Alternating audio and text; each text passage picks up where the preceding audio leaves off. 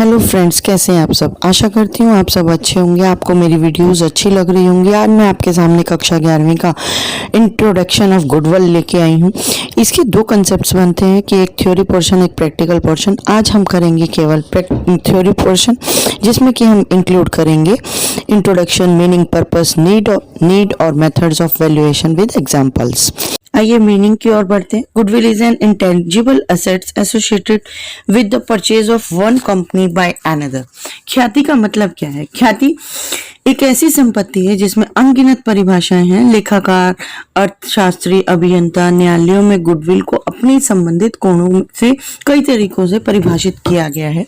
Goodwill को ऐसे व्यवसाय के उन अमूर्त गुणों के कुल के रूप में वर्णित किया जा सकता है जो निवेश पर सामान्य रिटर्न पर अपनी बेहतर कमाई क्षमता में योगदान देता है। यह अनुकूल स्थानों, क्षमता, अपने कर्मचारियों और प्रबंधन कौशल, इसके उत्पादों और सेवाओं की गुणवत्ता, ग्राहक संतुष्टि जैसे गुणों से उत्पन्न होती है। ये एक मात्रात्मक संपत्ति के रूप में माना जाने वाली व्यवसाय की स्थापित प्रतिष्ठा है। उदाहरण के लिए जैसे कंपनी के उचित बाजार मूल्य पर किसी कंपनी के अधिग्रहण पर भुगतान की गई कीमत से अधिक है। So, goodwill is in accounting is an intangible assets that arise when a buyer acquires an existing business. Goodwill represent assets that are not separately identifiable. Reputation of a business, जिसके कारण वो बिजनेस में खड़ा है अपने name के कारण, and fame of the business which help to enjoy your good earnings in the market. It is an intangible assets but having some realizable values. इसका मतलब एक ऐसी रेपुटेशन है जिसे हम अपने कस्टमर से हम अर्न कर सकते हैं, गुड अर्निंग मिलती है। और इंटेंजिबल एसेट्स है जो कि हमारे को वैल्यू को हम उसको सेल भी किया जा सकता है और परचेज भी किया जा सकता है। तो फ्रेंड्स, इंटेंजिबल का मतलब यही हुआ कि हम ये फिजिकल एसेट्स नहीं है, we can not see and touch it.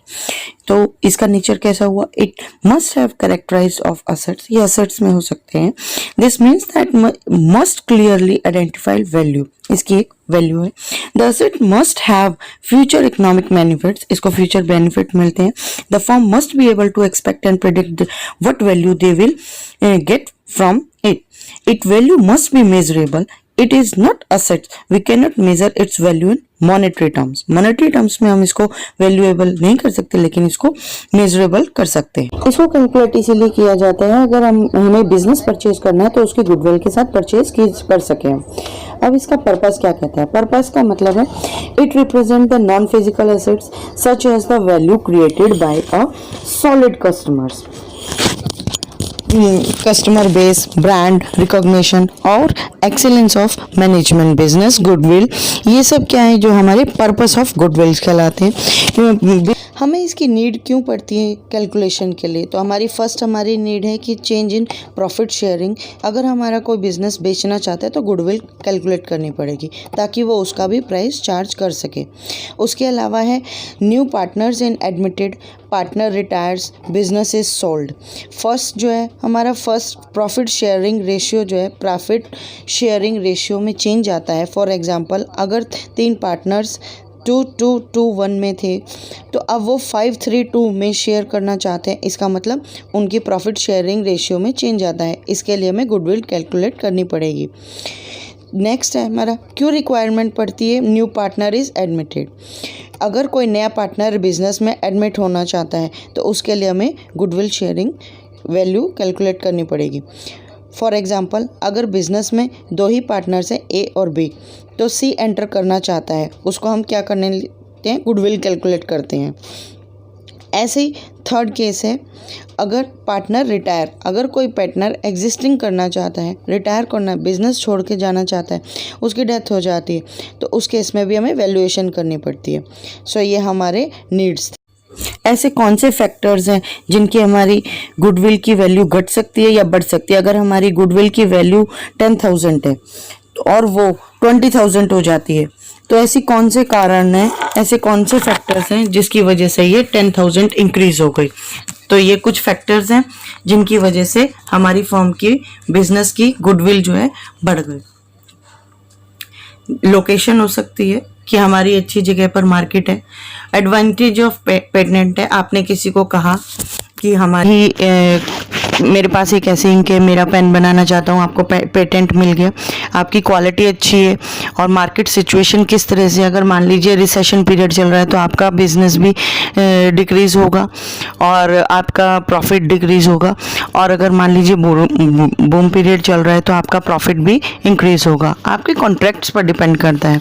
अब आते हैं क्लासिफिकेशंस पे। क्लासिफिकेशन से आपका इम्पॉर्टेंट है, वो पूछेंगे कि आपके पास क्या काइंड्स हैं गुडविल के और क्या कैटेगरीज हैं, ये पेपर में आपके आ सकता है। तो क्या हो सकता, देखिए ये दो पार्ट्स में है, परचेज और सेल्फ जनरेटेड। मान लीजिए आपकी बिजनेस को कोई परचेज और करता है और गुडविल को भी परचेज करता है।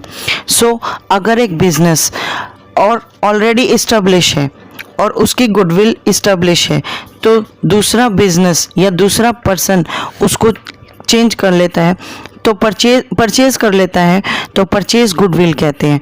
अगर मान लीजिए परचेज ना करें गुडविल और खुद हमने सेल्फ जनरेट करें, खुद रन करें, खुद गुडविल बनाएं शुरू से, तो उसको हम सेल्फ जनरेट कहते हैं।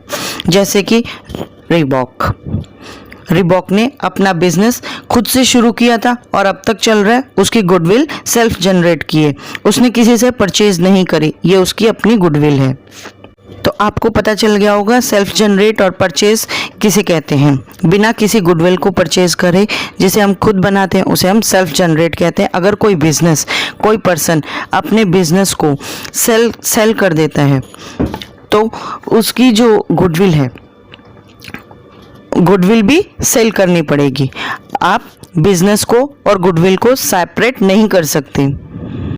ये पता करने के लिए कि हमारे पास कितनी गुडविल पड़ी है, 1 लाख की, 50,000 की या 2 लाख की, तो इसके लिए हमको गुडविल की वैल्यूएशन निकालनी होगी। हमारे पास 3 मेथड्स हैं, एवरेज, सुपर और capitalization method. Average profit method, super profit method और कैपिटलाइजेशन मेथड जो है ये हम थ्योरी पोर्शन से के बाद हम प्रैक्टिकल क्वेश्चन से निकालेंगे। अभी हमने थ्योरी पोर्शन में मीनिंग देखा, फैक्टर्स देखे, प्रोसेस पर्पस देखा, नीड देखा। सो आई थिंक आपको समझ में आ गया होगा कि गुडविल का क्या मतलब है और इसके क्या काइंड्स हैं, क्या कैटेगराइजेशन है, क्यों नीड होती है, क्या फैक्टर अफेक्ट करते हैं।